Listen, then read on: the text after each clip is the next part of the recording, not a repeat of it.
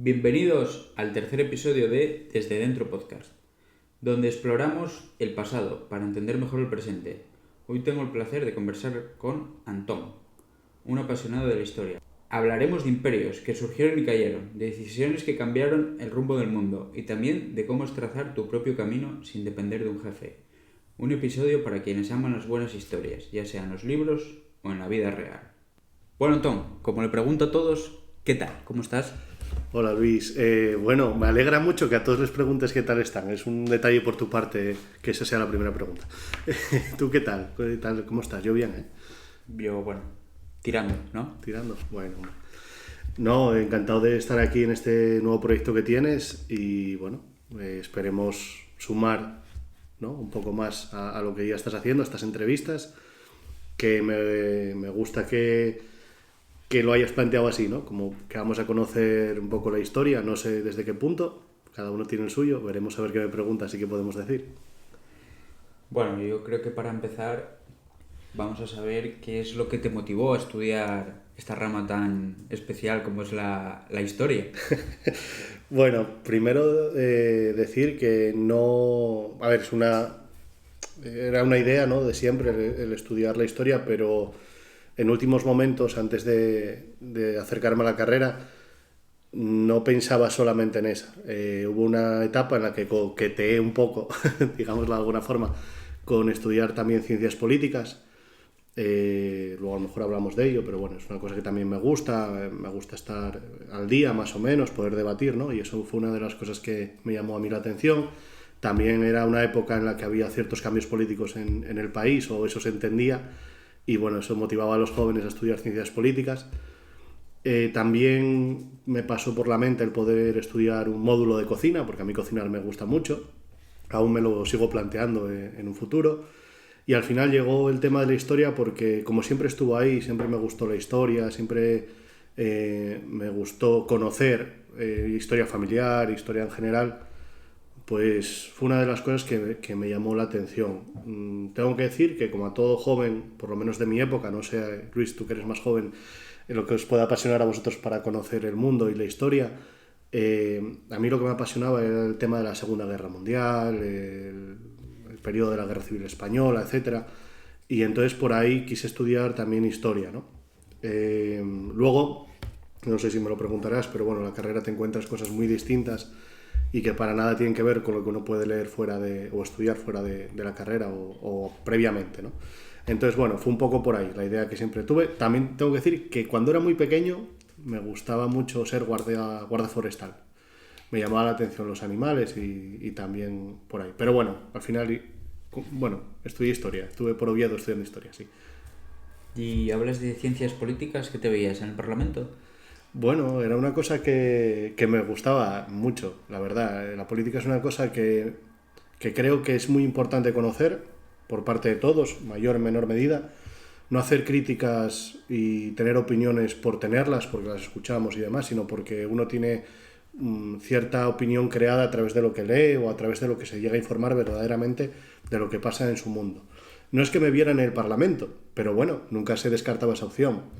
A día de hoy puedo decir que la política sigue muy latente en mi vida, cada vez quizás más, y bueno, no me gustaría llegar al Parlamento, pero bueno, por lo menos echar una mano a la gente que tengo alrededor, pues ¿por qué no? Y hablabas también de cocina. ¿Cuáles son tus platos favoritos para cocinar o para hacer en alguna comida familiar que tengas que cocinar o bueno, para dar una sorpresa a alguien?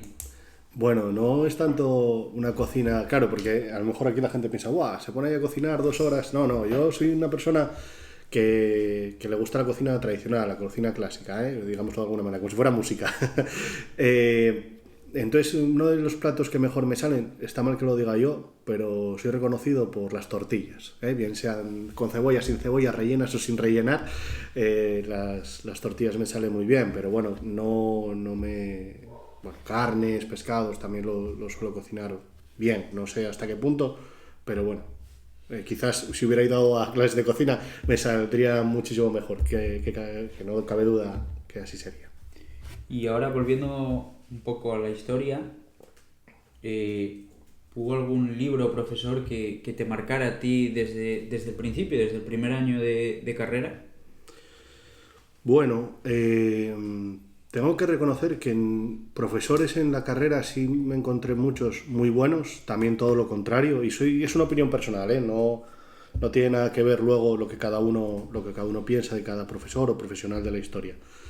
Me marcó mucho, por ejemplo, Luis Benito, que era un profesor que nos daba la especialidad de Historia Contemporánea de Asturias. Una persona que recientemente consiguió que la sidra fuera patrimonio inmaterial de la humanidad.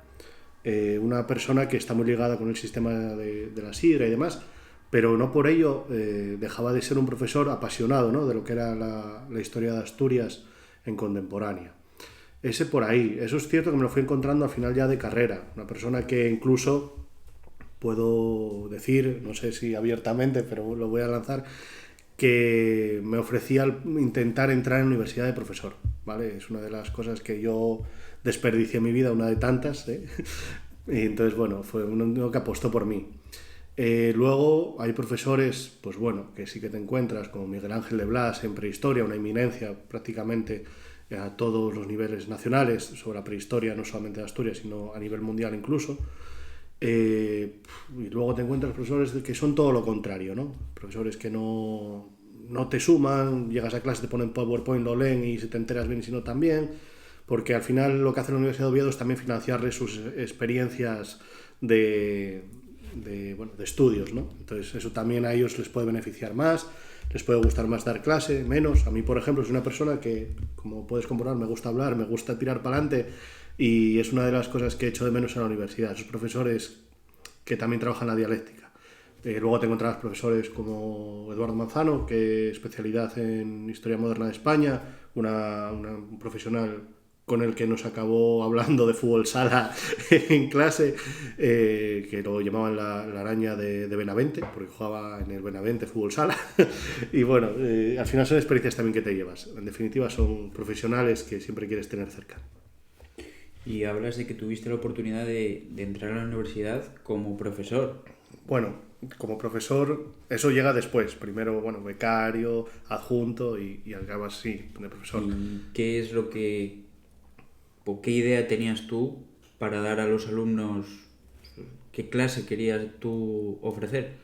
Yo no concibo, a ver, claro, esto te lo puede explicar mejor un profesor o a una persona ya con cierto bagaje, pero yo no concibo las clases universitarias tal y como están planteadas, que es llegar, dar la materia y ya está. No, yo creo que el alumno tiene que ver reflejado lo que tú estás diciendo. No se trata de soltar un rollo, no se trata de... Luego las clases prácticas que había eran todo, digamos, sobre el papel. También a nivel económico, pues la universidad da para lo que da, los tiempos de clases son muy limitados también. Pero en definitiva yo lo que planteo es algo más didáctico, donde el alumno pueda palpar esa realidad que tú explicas, ¿no? O incluso la posibilidad de, bueno, dependiendo, claro, evidentemente de la asignatura, puedes llevar incluso a gente que haya vivido esos periodos o gente relacionada, ¿no? Que pueda explicarte ciertas cosas, que no solamente el profesor sea la persona que tiene la realidad y la verdad. Y desde luego no hacerlo desde una base de tomar apuntes y llegar al examen y plasmar. No, me gustan mucho más las clases, por ejemplo, abiertas al debate, a la discusión. Yo tuve la oportunidad, y esto también, bueno, es interesante, yo creo, en clase de prehistoria de Asturias con Fernando, profesor, bueno, tuvimos nuestras diferencias, llegamos a debatir, bueno, sobre las pinturas rupestres, ¿no?, lo que podían significar y demás. Y bueno, eso fue una clase muy interesante porque cada uno tenía su opinión y él compartía su punto de vista y nosotros el nuestro. Yo creo que esa es la clave, que al final hacer una universidad, unas clases muy abiertas. O sea que estás diciendo que el sistema educativo hoy en día necesita muchas mejoras. El sistema educativo hoy en día es un fracaso. Está mal enfocado. No, es un fracaso. Es un fracaso. Es un fracaso básicamente porque los alumnos, y tú que eres más joven que yo y tú lo viviste, Luis, los alumnos vais a clase y aprendéis lo que pone el papel, no os planteáis nada, no hay no hay un debate, no hay una necesidad de que el alumno piense, llegas, plasmas un 5 y para casa. Eso no vale, está mal planteado. Los exámenes no sé si deberían de existir, eso cada uno, pero a lo mejor es más necesario a través de trabajos, a través de iniciativas que fomenten que el alumno piense. Porque ahora lo que interesa es que no pensemos, que seamos encéfalos planos, donde, bueno, pues al final el que triunfa es el que estudió 2 palabras más que tú, y el que tiene 2 euros más que tú es el que te va a mandar en el trabajo. Otro probitín de la manjoya, porque no se va a hacer lado con un canuto, pero ya es lo que hay. Entonces sí, está mal planteado. Yo creo que ahora con todo esto de la generación de cristal y todo esto, creo que se está moldando el sistema educativo que estamos hablando más a la generación que está ahora en presente y que viene en el futuro a lo que era antiguamente como eran las clases, porque ahora creo, estoy hablando sin saber, pero creo que las notas, por ejemplo, está siendo como cuando yo iba al colegio, suficiente, notable. O sea, no te ponen ni una calificación para decir, oye, mira, tú tienes pues un 6. No, te ponen bien directamente, y eso no sé si te perjudica o no, porque parece que como que a la hora de calificarte vas a ser pues nada, como un niño de 10 años que está a punto de sacar sexto de primaria. Es que al final me parece interesante esto que planteas. También los recursos que destina el Estado a la educación son, algunos dirán que son muchos, que la educación pública, eso podemos entrar en debate también, si es necesaria, si no es necesaria, si hay que eliminarla. Yo creo que todo lo que es público es muchísimo mejor que lo privado, en el sentido a la hora de tratar a los humanos. Al ser humano lo trata mejor la entidad pública que la privada. La privada lo que busca es el rendimiento económico. A partir de ahí, si no das dinero, fuera. Pero bueno, el caso es que claro, la educación con esos recursos hace lo que puede. Bueno, vale, podría ir mejorando día a día. Gracias a Dios tenemos, bueno, Dios, a la cultura y a quien sea, tenemos profesores de este pensamiento que tengo yo, incluso mejores, que van mejorando y haciendo que los alumnos vayan cogiendo ciertos ritmos de estudio y ciertas experiencias que al final les va a labrar un cierto futuro, pero el problema es que el futuro que tienen es muy negro. Entonces, si seguimos con este sistema económico, social y demás, hace que no solamente la educación, sino también los trabajadores lleguemos a un punto de no retorno, que es el de trabajar para ser esclavos, que es lo que próximamente planteará el gobierno de turno, seguramente. Entonces, en definitiva, ¿las calificaciones deben de existir? Sí, yo siempre creo que las calificaciones deben de existir, por lo menos para tener un control de si uno pasa la prueba o no la pasa. También ahora hay, como tú dices, la generación de cristal, que lo que provoca es que, probitín, vamos a causar un trauma. Bueno, sí, puede que tenga un trauma, pero para eso también que tenemos que trabajar la psicología, y eso también va dentro de la educación. Y entonces la gente no entiende que tanto la educación a nivel matemáticas, lengua y esa estructura también tiene que ir acompañada de una educación mental, de una educación psicológica que nos ayude a que el ser humano avance, porque el problema es que me veo que dentro de unos años vamos a estar como nuestros abuelos casi, en ese sistema de educación donde, como te decía antes, el que tiene 2 duros y el amo del cortijo, y es el que te va a mandar a ti, no simplemente porque sepa más que tú, sino porque sabe leer y escribir. Pero bueno, hablas de que hay que tener una calificación para pasar la prueba, entonces tiene que haber exámenes. Puede que haya exámenes, no tiene por qué haber exámenes puros y duros de copiar y pegar, ¿no? Digamos, de alguna manera, de aprenderte un texto y plasmarlo.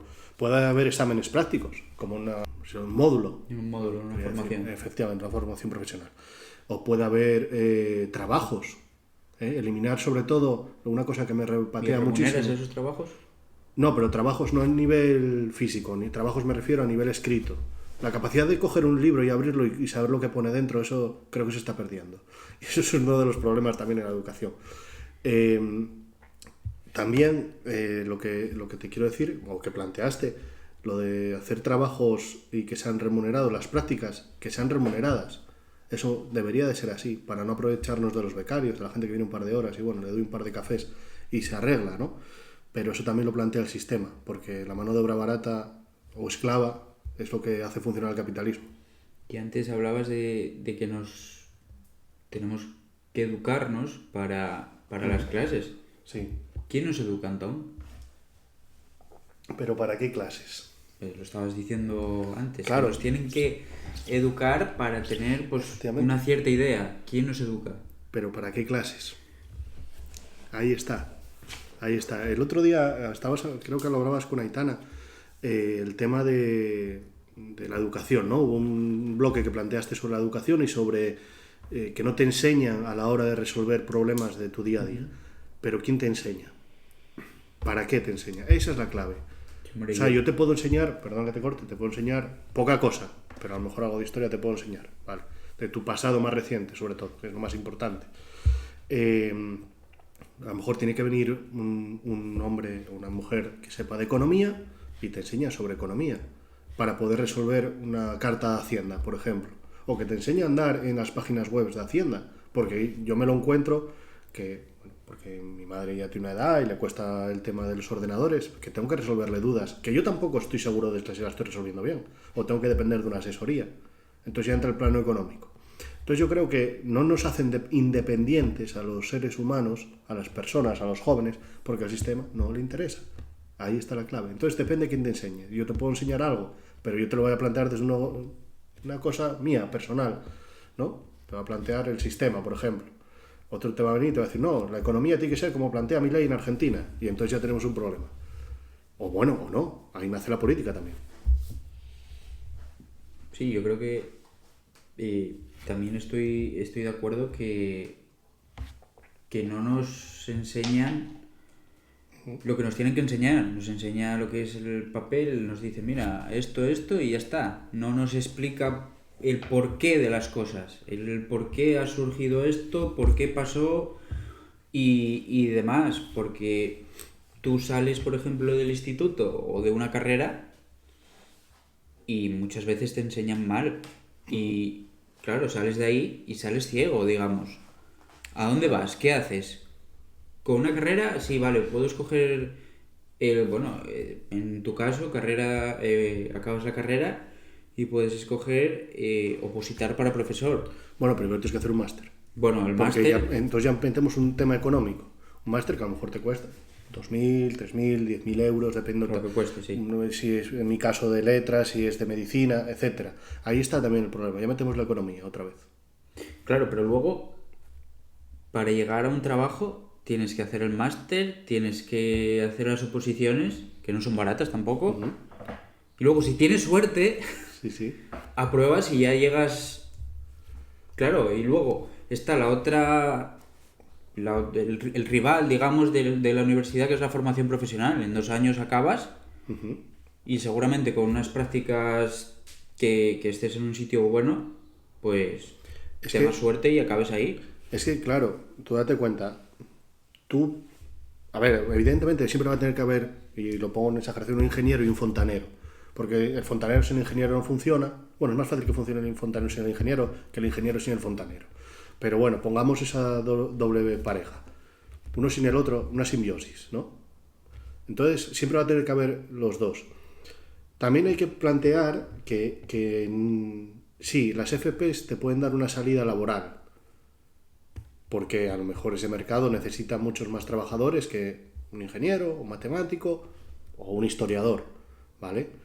Entonces, lo que le queda al historiador es ser opositor normalmente a profesor, hacer máster, profesorado.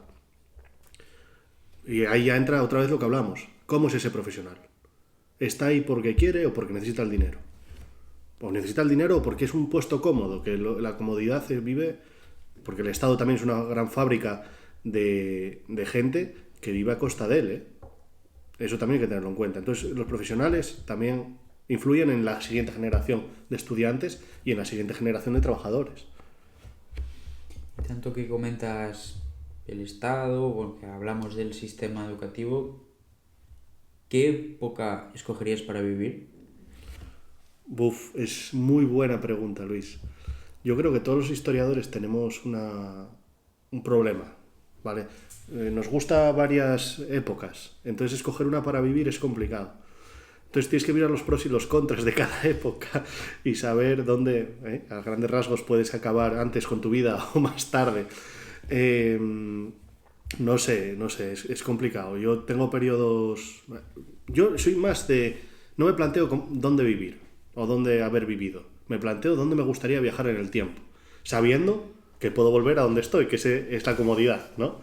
Digamos. Entonces, me gustaría viajar, por ejemplo, a época del siglo XX, en general.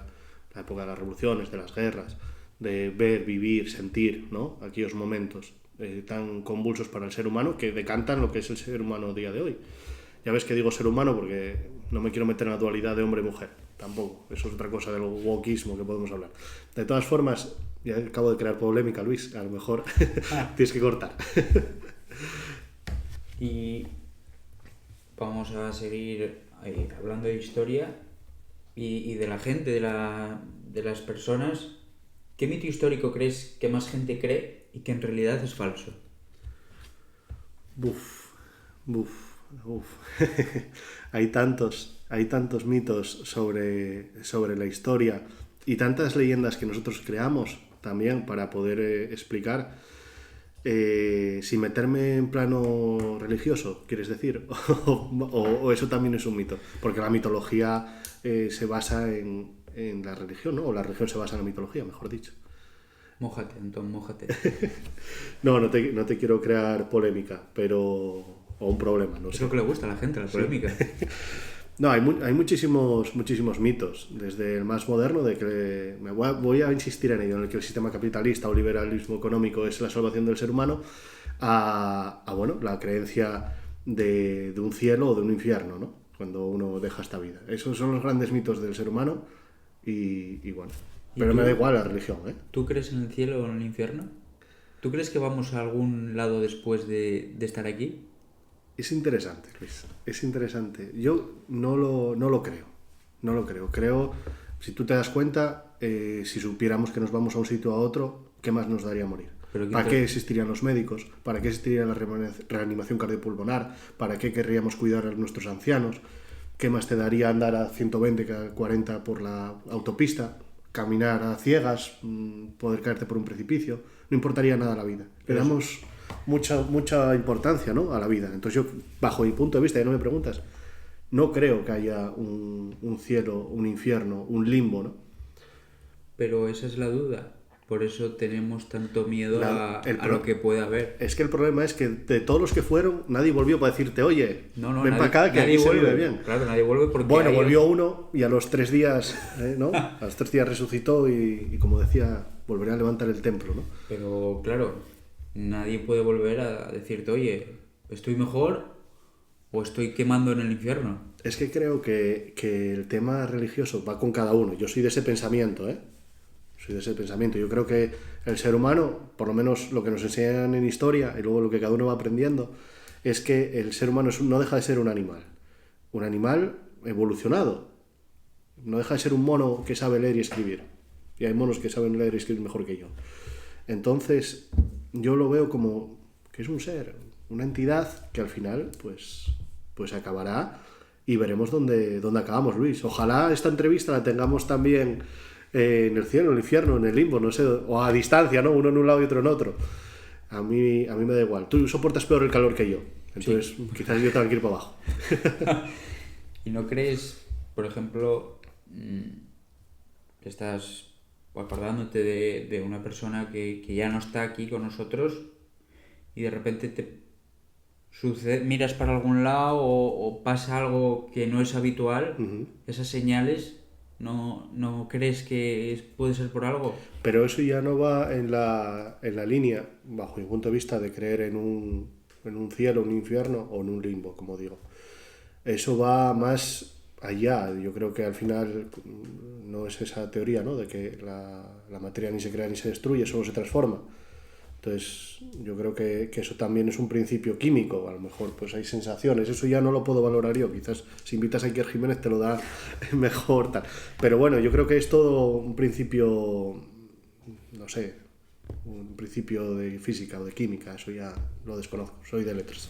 Y Ya que estamos hablando de la vida o la muerte, ¿algún suceso histórico que crees que se podría haber evitado? Sí, hay muchos. Hay ¿Empezando muchos. por dónde? Yo, mira, pondría un primer ejemplo así que me vino a la cabeza. Creo que se podría haber evitado, creo que se podría haber tratado de otra manera las bombas atómicas. Creo que eso es una aberración de Estados Unidos simplemente por el hecho de, bueno, aquí estoy yo y las tiro y no, es para acabar con la guerra. Bueno, habría que ver hasta qué punto, si se rendía Japón o no. Por eso digo que es para crear polémica, este punto también. Pero sí, sucesos históricos se podrían haber evitado, por ejemplo, El 11S. el 11S. Bueno, sí, se podía haber evitado. ¿Sabes por qué no se podía haber evitado? No entrando en una guerra, que no había armas. Y la guerra que vino después también. Pero todas las guerras creo que son evitables. Hasta cierto punto en el que estamos a veces llegando, que es el de ya pegarnos hasta por hacer un podcast. Por decir algo aquí, ¿sabes? Ese es el problema. De todas formas, sí, sucesos se podrían haber evitado. Pero claro, como dicen a toro pasado, ¿no? Todos son cuernos. Claro, sí, a toro pasado todos sabemos lo que podíamos haber hecho y lo que no podíamos haber hecho. Efectivamente. Pero, claro, es muy difícil cuando ya pasa decir sí, esto bien y esto mal, pero Claro. ahora ya no podemos hacer nada. Ahora en 2025, ¿no? Y ya No vamos a mirar para atrás. Efectivamente, cambiar la historia de hace 80 años es muy complicado. Pero bueno, podemos cambiar el futuro mirando hacia atrás, que era un poco, ¿no?, lo que decías en la introducción.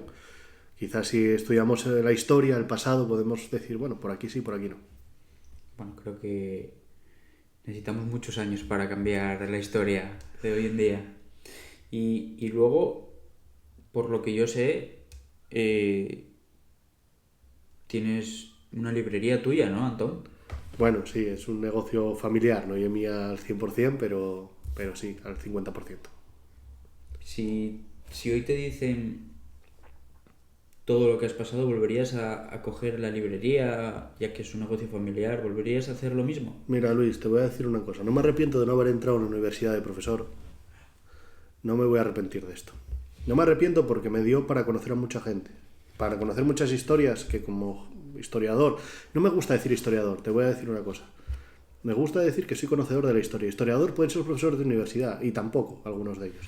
Entonces, a mí no me gusta decir que soy historiador, pero bueno, como gente que le gusta la historia, no me arrepiento de haber conocido a las personas que conocí, a escritores, escritoras, experiencias de vida. Ahora bien, si alguien se quiere meter en el mundo de autónomos, me imagino que irás por ahí, cuidado, que se lo piense dos veces y que tenga un espaldarazo económico detrás importante, porque no sé si puede decir esto, pero lo va a crujir Hacienda y Hacienda somos todos, entonces al final hay que pagar. No por nada, a mí nunca me pasó nada malo con Hacienda, simplemente que creo que las tasas a autónomos son abusivas. Creo que ¿Y cuánto están las tasas? Depende de lo que quieras cotizar, depende por dónde empieces, cuántos años lleves, cómo lo plantees, eso, y depende luego, no pago lo mismo yo por una librería que lo paga un bar, ¿no? Tiene muchas más tasas. Entonces, eso depende.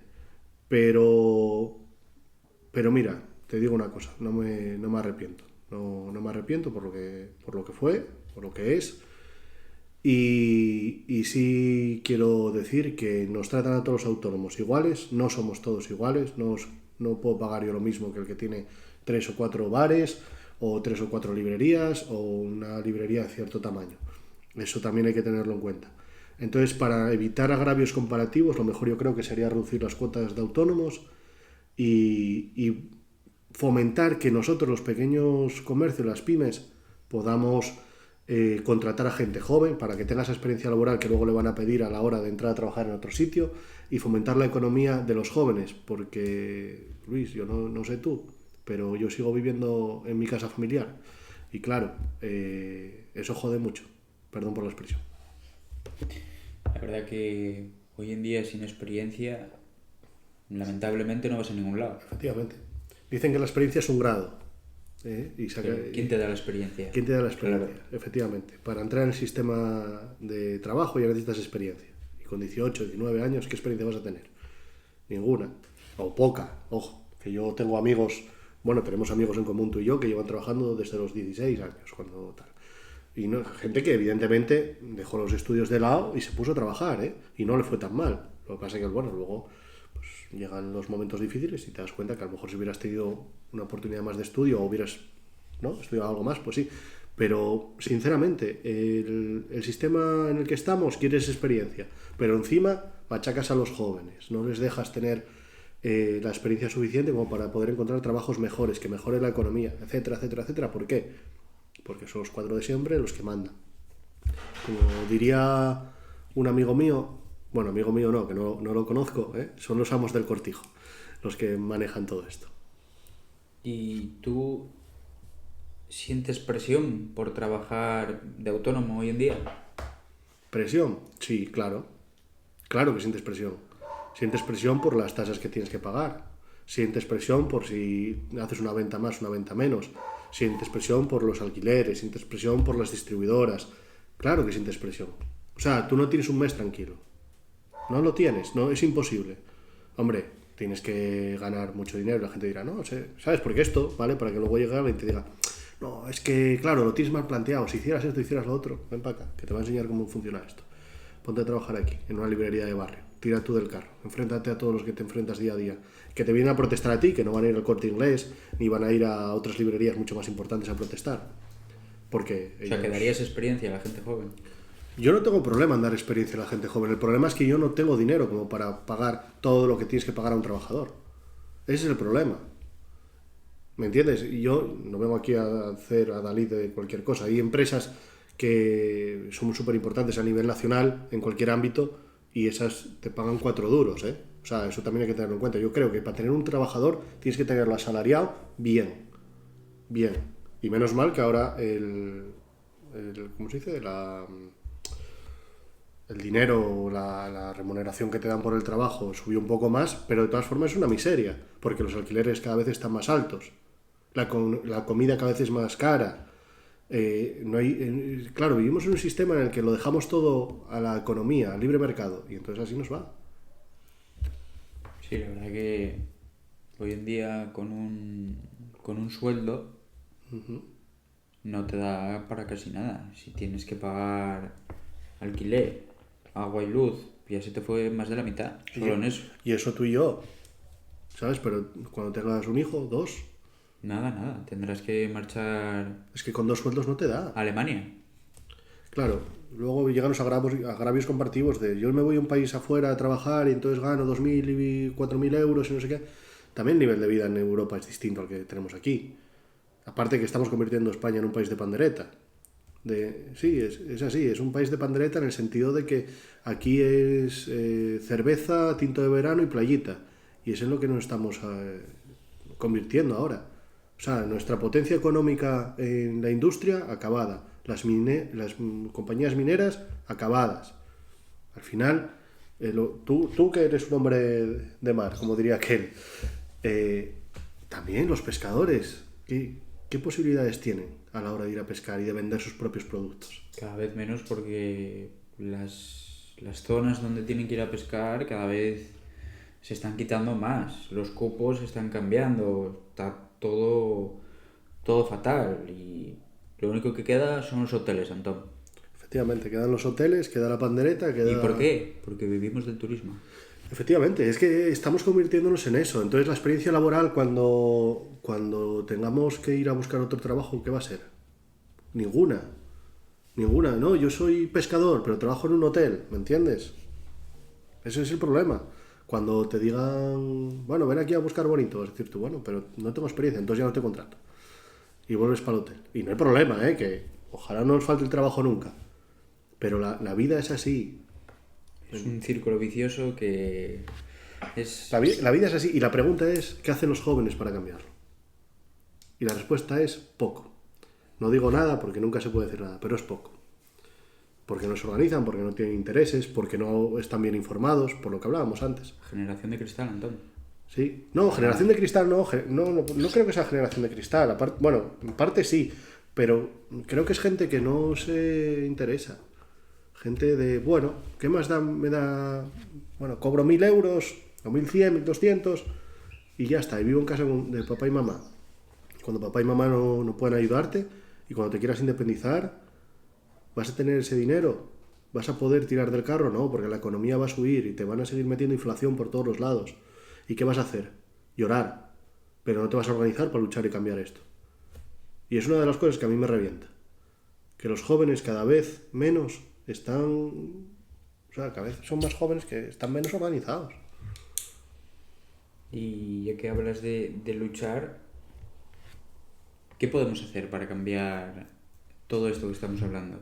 ¿Podemos hacer algo? No soy un gurú, Luis, no tengo una bola de cristal, pero lo que tengo claro es que lo que hay que hacer es organizarse, es hablar, salir a la calle, ayudarnos los unos a los otros, y esto queda muy guapo y maravilloso, pero lo que hay que hacer es un paro general, una huelga general, hay que parar esto. Ni este gobierno, ni el que venga, ni el que estuvo, está a favor de los trabajadores. Y eso es lo que nos está complicando la vida, porque todos, me da igual, por ejemplo, estaba el PP, nos jodió a todos, y perdón por la expresión, pero nos fastidió a todos los autónomos, nos fastidió a los empresarios, a los grandes empresarios no, a Amancio Ortega y demás no, pero a los pequeños y medianos empresarios sí. Llegó el PSOE, ¿piensas que cambió algo? Poco o nada. Llegó Podemos, ¿no? El gobiernín, poco o nada. ¿Por qué? Porque está dentro del sistema. Llega a Sumar, está dentro del sistema. Nos siguen dando migajas para que callemos la boca, pero eso no funciona así. Y ahora llegará Vox, llegará PP, y pensáis que lo va a cambiar la derecha. La derecha lo va a cambiar. Para nada. Para nada, no lo puede cambiar. En la base, y esto también lo quiero dejar reflejado, en la base de Vox, sí, puede que estén los falangistas, los nazis, lo tal. Pero según va subiendo la pirámide, el señor Figaredo y el señor Abascal, os puedo garantizar que no son fascistas. Están dentro del sistema capitalista. Y esos viven como Trump. Y Trump no es fascista, porque el fascismo no es lo que plantea Estados Unidos. Pero eso queda muy guapo decir el fascismo, el franquismo, tal. Eso es en la base. Yo eso te lo compro, que en la base puede existir. Pero arriba del todo se llenan los bolsillos. Y no lo van a cambiar tampoco. Entonces, hasta que no paremos, hasta que no nos demos cuenta de que da igual quién esté gobernando, nos van a seguir jodiendo, eso va a ser la clave. Parar el país. Sí, no era muy difícil, ¿eh? Yo viví huelgas generales, ¿eh? Y esto parece aquí de la abuelo batallitas, pero yo, verdad, yo viví huelgas generales y gente manifestándose y, bueno, quiero decir que al final se puede. Si te organizas, puedes. ¿Sirvieron para algo esas huelgas? Sí sirvieron para algo. Sí sirvieron para algo. Dieron paso a lo que pensábamos que podría ser un nuevo sistema o una nueva idea de política, pero luego descubrimos que Podemos, que era un poco por donde iban los tiros, o los partidos asociados de Izquierda Unida y demás, seguían la misma corriente. Tengo que decir que desde que se murió Julio Anguita ya no queda ningún político honrado. Y eso es lo que nos va a dar la clave para toda esta conversación. Que no hay políticos honrados. Y nadie se preocupa de si tú tienes más, si tú tienes menos, o yo lo tengo. No, ellos viven para sí. Pregúntale a Mazón también. Y, bueno, Mazón, el pobre El pobre no, que se ahogó. No, el pobre no, digo. Ah. No estaba cogiendo el teléfono en ese momento. Claro, no podía cogerlo, estaba en el No entorno. podía cogerlo porque estaría, no sé, abanicándolo. Sí, abanicándolo, comiendo marisco, mientras el otro estaba metido en un garaje y se ahogaba. Y esos no pagan, ¿me entiendes? Eso sí que es una vergüenza. Igual que Ayuso, porque tengo para todos, ¿eh? A mí ya no me corto ya. Igual que Ayuso, con las residencias. Aquí se muere todo el mundo, ¿eh? ¿Qué más da? Hagamos dinero. Y venga a hacer dinero. Y luego, ¿cómo es? Comunismo, no, y barbarie, ¿no? Comunismo, barbarie, no sé qué plantean, ¿no? Esos son sus lemas, el meter miedo. Ojo, que vienen los rojos, otra vez viene el 36, van a quemar iglesias. Si se dieran cuenta que en la época de la República también gobernó la derecha, pues a lo mejor temblaban. Y antes que hablabas de que no hay políticos honrados. Muy pocos. ¿Quién es honrado hoy en día, entonces? ¿Tú eres honrado?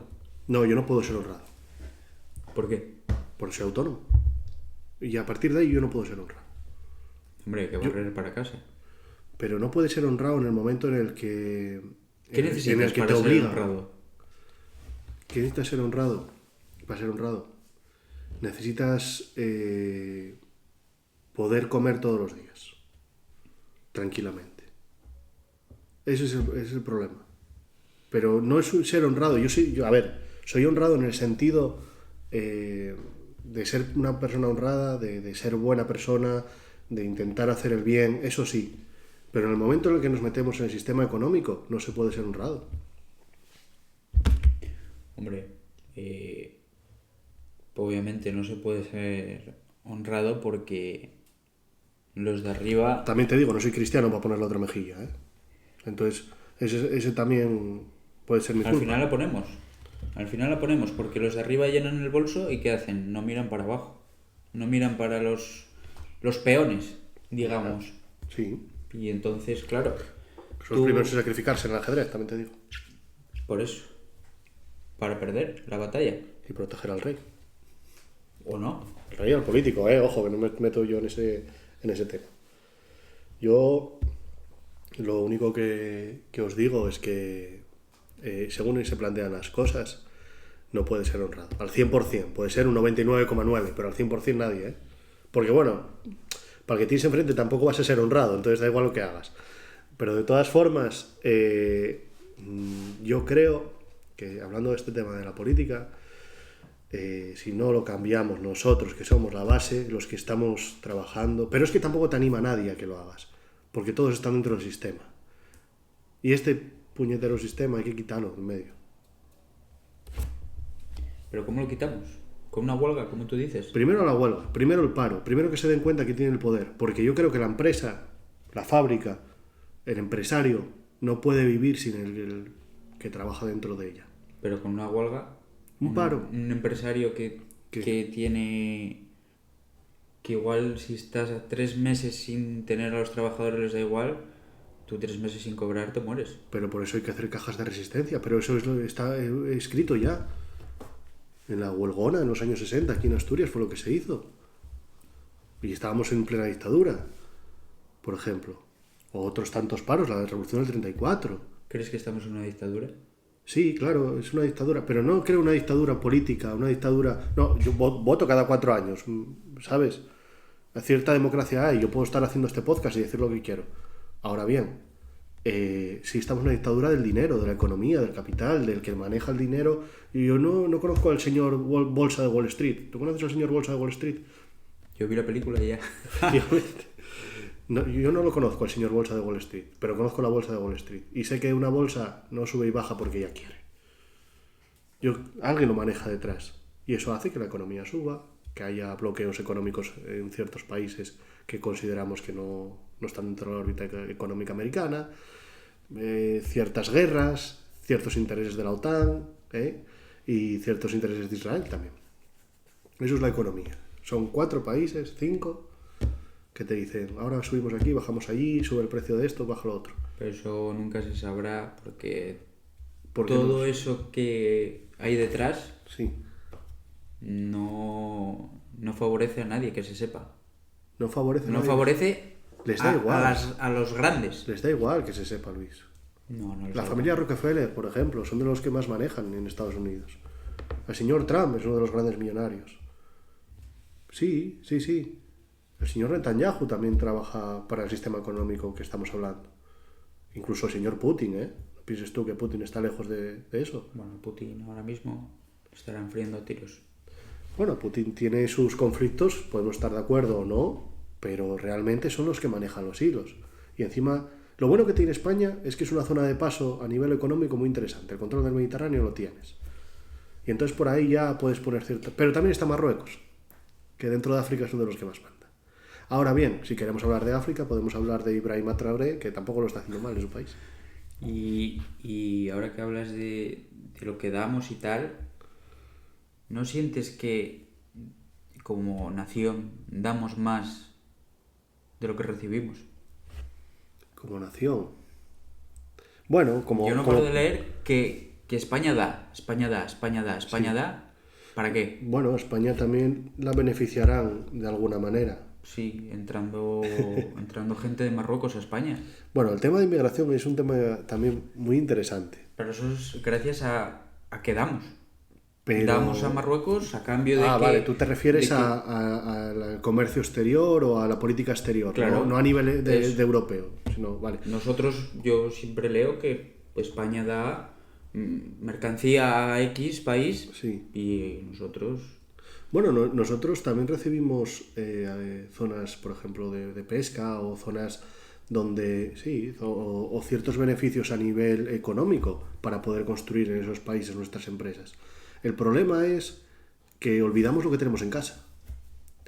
Claro, pero tú y luego inviertes en fuera y lo que tú dices. No, ¿para qué inviertes, por ejemplo, en el ejército fuera si no sabes lo que tienes mismamente aquí al lado en Galicia? Porque eso es muy fácil, Luis, lo que hablábamos antes, los amos del cortijo. ¿Quién va a fabricar las balas? ¿Quién va a fabricar los tanques? ¿Quién se va a llevar el dinero? ¿Y ese qué aporta? Pero eso es porque el que o los que están ahora mismo no dicen, oye, mi producto es mejor que el tuyo y te lo voy a demostrar. Ya, pero porque, Luis, estamos en el sistema en el que estamos. Es que no voy a callar con esto. O sea, no tienes un sistema proteccionista, no digo volver a la autarquía de los principios de los años 40, pero volver a un sistema donde, vale, yo beneficio a mi pueblo, a mi gente, con un sistema pues, de industria, de minería, si se pudiera volver a recuperar, que eso es ya muy, muy difícil, un sistema de pesca, de agricultura, un sistema sanitario, ¿no? Mucho más fuerte del que tenemos. Entonces yo tengo que nacionalizar o centralizar las empresas. O sea, tú estás diciendo que vuelvan como los trabajos de antes, pesca, agricultura, ganadería. No, yo digo que se refuercen, porque eso ya existe. Pero yo digo que se refuercen, que socialicemos. Porque claro, ahora habrá gente que escucha esto y diga, comunista. Pero para reforzar eso, pues sí. tiene que haber más trabajo de pesca, agricultura, ganadería, etcétera. Pero ¿por qué no lo tenemos? Porque todo es para el producto exterior, que es un poco lo que tú vienes a decir. Pero porque estamos dentro de una Unión Europea. Los ganaderos no pueden aquí, por ejemplo, enviar productos o vender a nacional porque están comprando de fuera. Bueno, porque estamos dentro de la Unión Europea. Y entonces dentro de la Unión Europea hay unos parámetros. Tú puedes vender X litros de leche, X litros de grano, o sea, sí, litros también de grano, kilos, demás. Tú puedes hacer eso. Pero dentro de unos parámetros, porque también Alemania, Austria, Suiza tendrán que vender lo suyo, ¿no? O sea, ¿tú recomiendas salir de la Unión Europea? No sé si tanto como salir de la Unión Europea, pero sí darle una vuelta. Una Unión Europea más naturalizada, mucho más humanizada, ¿no? Donde no sea solo economía, ¿no? También existe la sociedad. Es que, Luis, al final todo esto desemboca en que tú, yo, cualquiera de los que nos escuche, vaya a tener que trabajar en 3 trabajos distintos para conseguir un sueldo. Y hay 3 empresarios beneficiándose de ello. Y al final el rendimiento económico que van a conseguir los grandes potentados va a ser mucho mayor que el que vamos a conseguir nosotros. Nos vamos a convertir en más pobres, se va a precarizar todo y al final no vale de nada. Estamos quedando pobres y pobres. En vez de subir el nivel de vida y decir, bueno, vamos a mejorar esto, vamos a mejorar el interno, vamos a darle facilidades a la hora de la vivienda. Que facilidades a la hora de la vivienda no es una ayuda de 250 euros, ¿eh? No. Son viviendas del Estado para gente del Estado. Sí, me da igual del color, raza, identidad sexual y demás. Para gente del Estado. ¿Y por qué viene gente que no es del Estado y se les da viviendas del Estado? Para empezar, hay que ver de dónde vienen. ¿Qué vienen? ¿De otro país? Del Magreb, ¿no? ¿Qué me quieres decir? No, de otro país. Sí, porque la mayoría de inmigración que tal. Bueno, vienen de otro país. Puede ser de México. Vale, perfecto, vienen de otro país. ¿Por qué? O de Rusia. ¿Pero por qué vienen de otro país? Porque aquí, pues... El nivel de vida es superior al que tienen en su país. En principio, o vienen huyendo de algo. Entonces ya entramos en temas de refugiados. Y porque aquí no se centran en eso. Ellos entran y, oye, como si fueran uno más. Pero también hay que decir que ellos a lo mejor al venir aquí conocen mejor nuestras leyes que nosotros mismos y saben por dónde pueden beneficiarse o no. Si no. Pero yo creo que hay una deficiencia ahí, que es que nosotros tampoco conocemos muy bien nuestro sistema social, ¿no? Entonces vienen de fuera, vale, les dan una ayuda, perfecto, porque tienen una ayuda y una vivienda. Pero tienen que integrarse. Bueno. ¿No? Supuestamente. Deberían integrarse. ¿Por qué no se integran? Y cada vez se getifica más. El problema es ese, porque el sistema económico aboca a que nos matemos entre nosotros, seamos gente del lumpen, gente que no tiene ni idea de nada, y al final puedan aprovecharse de nuestra mano de obra barata, porque ellos también son mano de obra barata. Porque dan una ayuda, y bueno, nada, lo complemento con un trabajín, toma 200 euros. Entonces, economía sumergida. ¿Dónde me voy a vivir? A barrios pobres.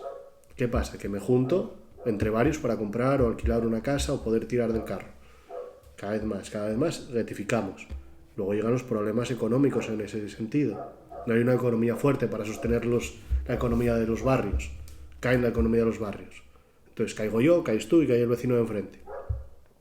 Tenemos que ir a trabajar a las grandes empresas. Nos siguen pagando una miseria, nos rectificamos. Y así funciona el sistema. Entonces, que vengan de fuera y les den ayudas, yo lo veo bien. Yo no lo veo mal. Ahora bien, habrá que saber un poco también por dónde van los tiros, ¿no? Que ciertas ayudas, sí, no. También entiendo que hay una migración masiva a España, ¿eh? Que parece esto que tenemos las puertas abiertas. Y hay que saber también pararlo.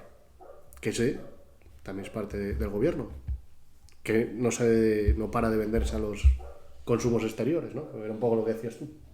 No puede parar una riada como para parar Bueno, a 50.000 personas que vienen a tu país. Eso de parar una riada, pregúntale otra vez al señor Mazón, ¿no? Eso es lo que hay que preguntarse. ¿Dónde estaba? ¿Por qué no funciona? ¿Por qué no hacen las cosas bien? También estaba él. Uh-huh. No, él sí estaba. Pero ¿por qué no funcionó tampoco el de arriba? Pero él sí estaba.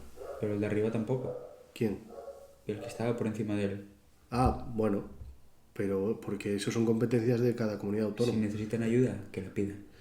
Por ejemplo, esas son frases que a mí me matan. Eso no es un político. Un político es el que se preocupa. Otra que dice, yo no tengo corbata. He ahorrado. Sí, un político que cobra 80.000 euros al año, ahorrar en una corbata de 10 euros del Corte Inglés, bueno. Ojalá fueran 10 euros, me temo que se gasta más en ropa que 10 euros. Pero eso está claro. Pero es lo que te digo, que da igual quién gobierne, que esto va a ser así, ¿eh? Ya lo verás. Ya lloraréis, los jóvenes. Yo, a mí que me queda poco en este mundo, pero ya lloraréis. No, hombre, sí es verdad que este gobierno que está no son políticos. Bueno, son políticos sí, porque lo pone ahí, que son políticos. Pero son gente que no está hecha para la política. Pero si necesitan ayuda, que la pidan. Sí, por lo tanto, pero va a llegar un problema. El que lo necesite, oye, si seas tú, oye, yo necesito, pídelo. Pero el problema es ese, que al final va a llegar un momento en el que vamos a estallar, Luis. Por eso vale más hacer una huelga ahora. Pues si no, luego vamos a estar más complicado. Ojalá no pase, ¿eh? Pero creo que se está todo polarizando demasiado y hay muchísimas cosas. Bueno, después de esta charla, tú, si pudieras invitar, oye, hoy vas a hacer aquí una cena a 3 personas de la historia, ¿quién serían? Mira, me gusta esa pregunta.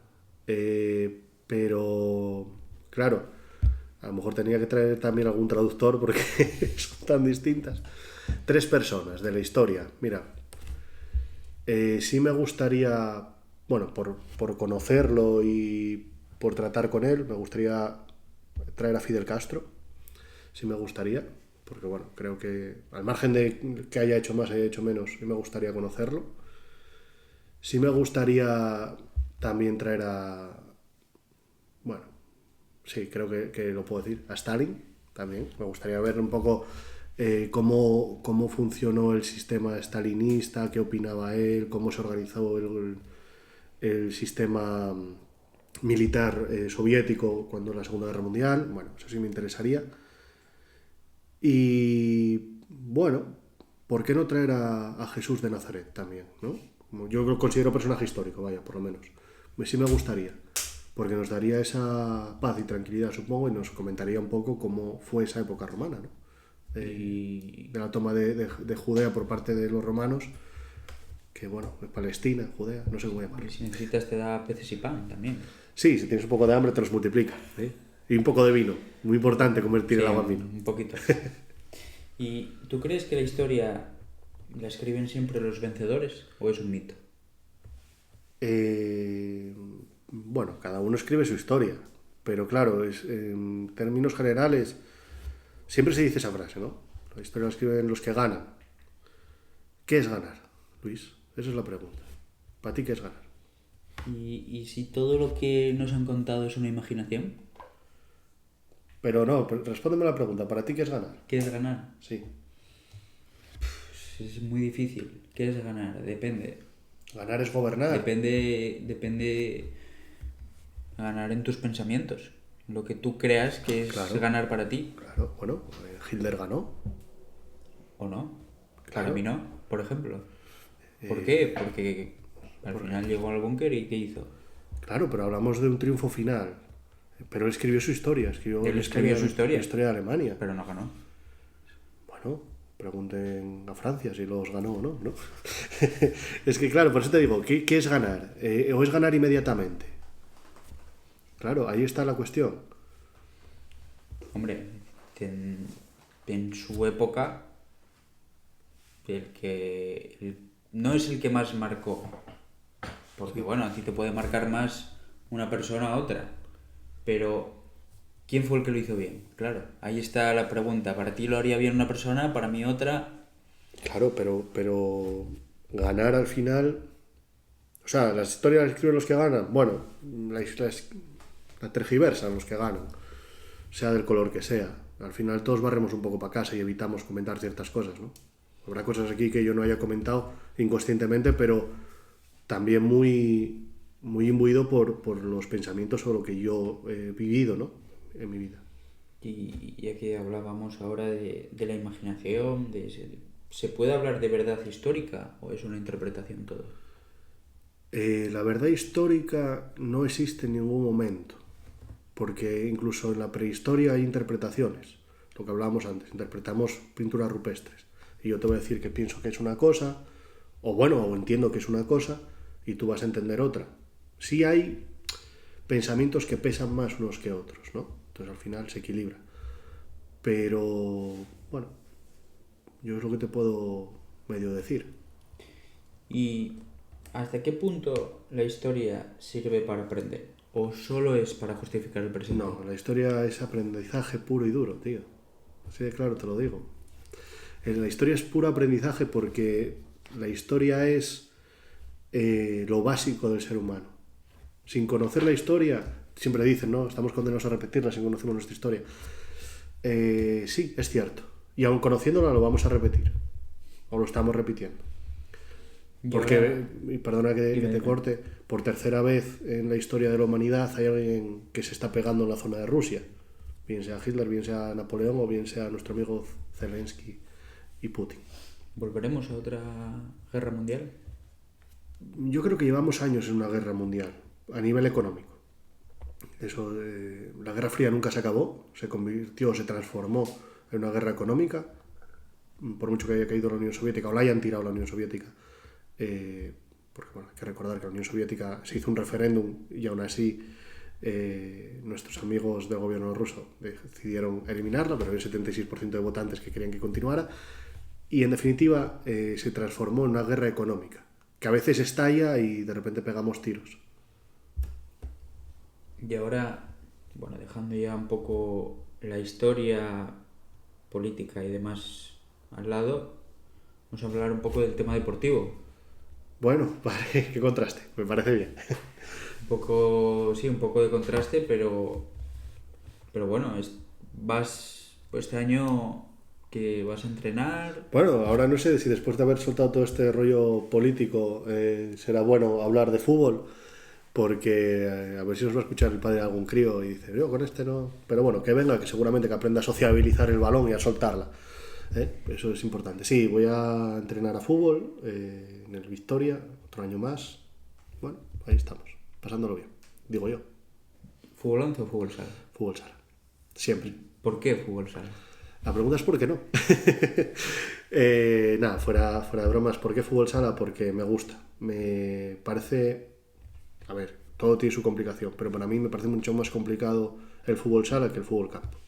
Me parece que entran factores por lo menos mucho más rápidos de analizar que en el fútbol campo.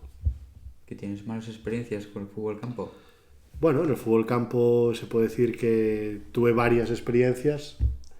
Una de ellas, pues sí, no estuvo muy bien, pero me sirvió para darme cuenta que a mí eso no me gusta. Bueno, es un aprendizaje, como hablábamos antes. Claro, es parte de la historia. Es parte de la historia, eso es. ¿Y hasta dónde quieres llegar en el fútbol sala?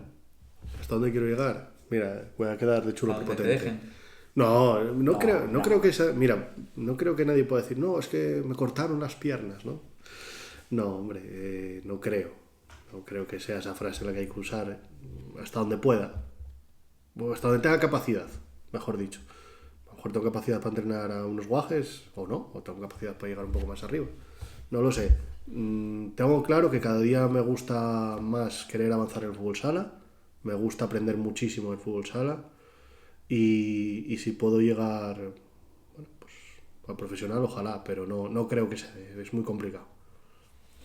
Y bueno, hay futbolistas que marcaron su historia también, Ujú. como puede ser hoy en la actualidad, pues hablando de fútbol 11, Lionel Andrés Messi Cucchettini o Cristiano Ronaldo dos Santos Aveiro. Sí.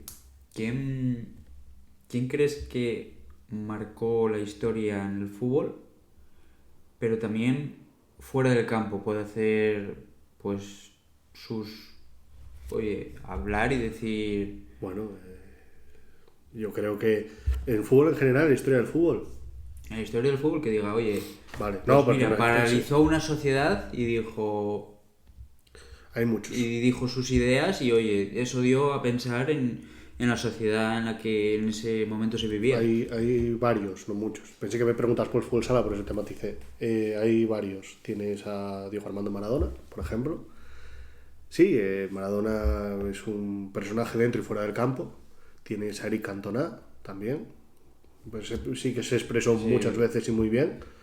Bueno, fue famoso por la patada. Sí, a un neonazi. Supongo que habrá gente que lo aplauda, gente que no. Luego tienes a Sócrates, por ejemplo, con la democracia corintiana. En una época en la que Brasil estaba en plena dictadura, ellos se reunían, hacían asambleas incluso para ver qué entrenamientos hacían y cuáles no. Eso, la democracia corintiana, el Corinthians es una entidad gracias a todos estos grandes futbolistas que formaron la democracia corintiana. Tienes, por supuesto, a Pelé, no porque se haya paralizado el mundo por lo que haya dicho, sino por lo que él hizo por el fútbol, ¿no? Una persona tan joven, conseguir tantos mundiales, ser tan importante para el fútbol mundial y mantenerse en la historia, aunque ahora creo, ¿no?, que había una duda sobre si había metido más de 1000 goles, no sé qué. Bueno, eso ya forma parte de la leyenda, digamos. Esos que no salían en la tele, entonces. Claro, ahí están los problemas también. Pero bueno, te diría Claro, que... ¿es mito o realidad? Sí, claro. También mira, fíjate, te diría, por ya meter otro más, Cristiano Lucarelli, tío, con Livorno, creo que es otro personaje. Claro, yo te hablo de gente vinculada un poco a la izquierda, ¿no? Pero es un personaje que está muy vinculado a los movimientos sociales de Italia. Tienes en la contraposición uno de los que más habló, más hizo y más leches le cayeron por un lado y por otro, a Paolo Di Canio, ¿no? Ultra de la derecha, de la Lazio, y un fascista conocido, igual que Aviati o Buffon o estos también, que bueno, hay que entenderlo, no quita que sean buenos futbolistas, cada uno tenga su idea. Y al final, como dijiste, le caen más palos al de la derecha que al de la izquierda. Sí, No normal, está bien visto. normal. No, normal en el sentido de que en Europa hay una tradición antifascista en cierto modo después de la Segunda Guerra Mundial. Entonces, es normal que en ese sentido la gente se siente... Joder, en Italia el movimiento de liberación del Partido Comunista, Partido Socialista, a través de los guerrilleros, fue muy importante. También se hicieron muchas barbaridades por parte de la derecha. Pusieron bombas, mataron a muchísima gente en Italia, me refiero. Entonces, claro, los fascistas están peor vistos. Aún así tienen al Alacho como, bueno, su punto de referencia, en contraposición de la Roma, por ejemplo. De todas formas, bueno, si no consideras que a unos o a otros les puedan caer palos, yo creo que el fútbol es un ente tan social y tan destinado al pueblo, o al menos es lo que yo estipulo también dentro del fútbol, que la derecha pues a lo mejor le queda un poco grande, ¿no? Y después de, bueno, 1 hora y casi 5 minutos, ¿qué reflexión nos quieres dejar? No os dejo ¿Qué quieres ninguna reflexión. qué quieres que te escuche que diga, ostras, para? Déjame pensar que igual hay que hacer huelga general. No, no, no, no tanto como eso, pero una reflexión es que lean, que se informen, que no se fíen de lo que sale solamente en internet o en cualquier vídeo, que contrasten la información y que busquen la felicidad. Suena muy, Muy Will Smith, ¿eh? muy Will Smith esto, ¿no? Consejo aquí de mindfulness. No, pero que sea, intenten buscar la felicidad, porque cuando vayan a buscar la felicidad y no la encuentren, van a tener que ser revolucionarios. Porque ser feliz a veces es ser revolucionario. Entonces, con eso me quedo. Que agiten el avispero. Bueno, Antón, pues muchas gracias por esta gran charla. Y bueno, yo sé que volverás por aquí, si tú quieres, claro. Sí, sí. No, Pero yo bueno, vuelvo cuando me digas. vamos a dejar un poco estas reflexiones, a ver la gente qué opina, quién opina. Y bueno, lo dejamos aquí y dentro de... Esperemos que dentro de poco se pueda subir. A ver si la gente quiere que vuelva. A lo mejor te ponen ahí algún comentario de que no vuelva. Bueno, pues no vuelvo, no tengo ningún problema. Pero yo me quedo a gusto también. Bueno, a ti te gusta... Eres como hablando de fútbol, Luis Enrique. Te gusta Controlar te las gusta el cosas. jaleo. No, bueno, pues gracias Luis. Creo que tienes un programa muy chulo, que lo sigas manteniendo y que bueno, que la gente te apoye, vamos, es lo más importante. Y bueno, que si sirve de algo lo que dije y que si quieren que vuelva, volveré. Pero esta vez ya no volveré tan cordial, ¿eh? De momento estaba con el freno de mano echado.